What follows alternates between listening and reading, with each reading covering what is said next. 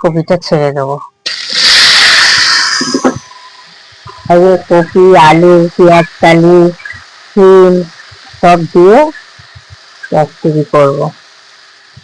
আপনারা দেখতে থাকুন আমি কিভাবে করি। তো নুন হলুদ দিয়ে দেবো।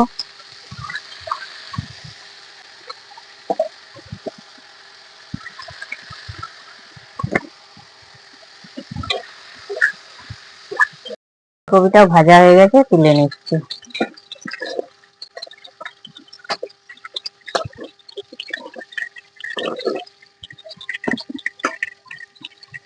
এই তেলের মধ্যে শিলটাও ভেজে নেবো।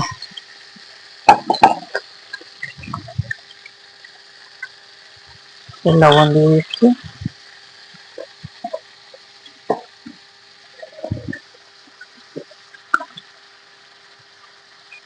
একটু হলুদ দিয়ে দিচ্ছি,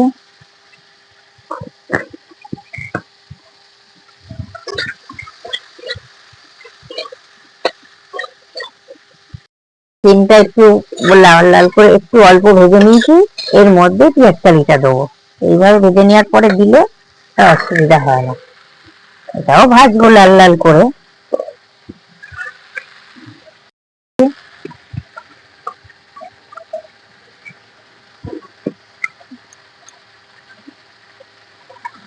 হলুদটাও দিয়ে দিচ্ছি।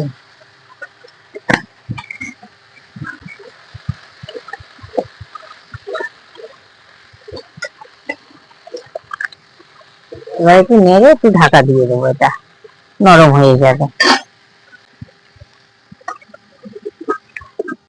পেঁয়াজ কালি আর শিম ভাজা হয়ে গেছে, তুলে নিচ্ছি।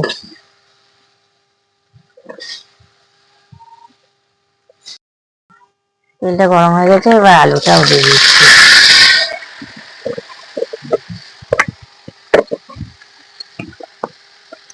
লবণটা দিয়ে দিচ্ছি,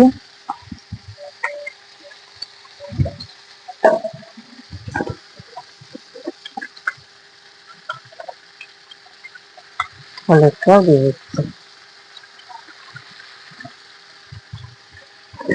আলুটাও রাঙা রাঙা করে ভেজে নেবো।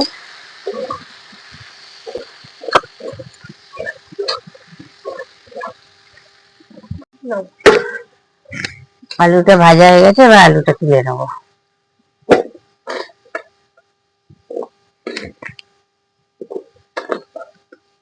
পাঁচফোড়ন আর শুকনো লঙ্কা দিয়ে দিচ্ছি ফোড়নের জন্য।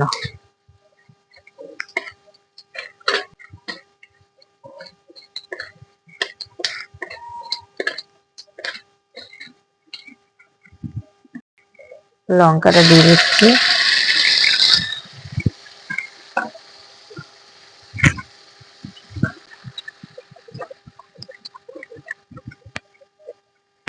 রাঁধুনি, জিরে আর মৌরি এটাও ভাজা গুঁড়ো দিয়ে দিচ্ছি।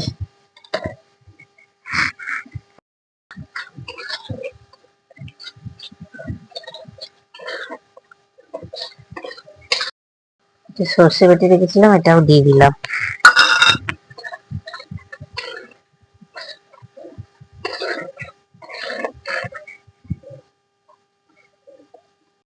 হলুদ দিয়ে দিলাম, ভাজার সময় সব দিয়েছিলাম তো এক চামচিতেই হয়ে যাবে।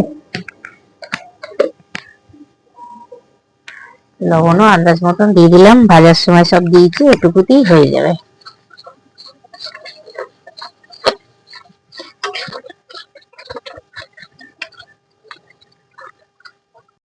মশলা কষা হয়ে গেছে, এবার সবজিগুলো ভেজে রেখেছিলাম দিয়ে দিচ্ছি।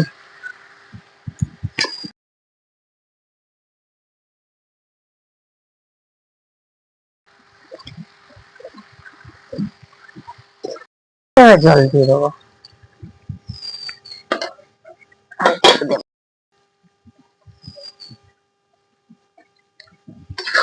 এবার নাড়িয়ে চাড়িয়ে এবার ঢাকা দিয়ে দেবো।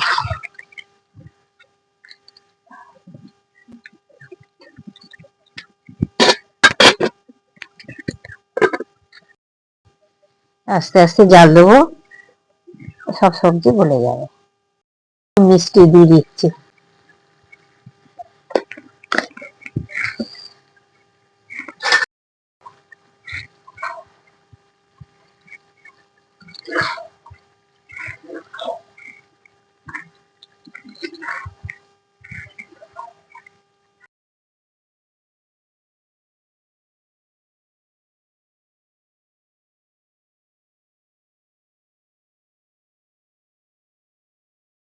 মাছ তরকারি হয়ে গেছে, এই পাত্রটার মধ্যে নামিয়ে নিয়েছি।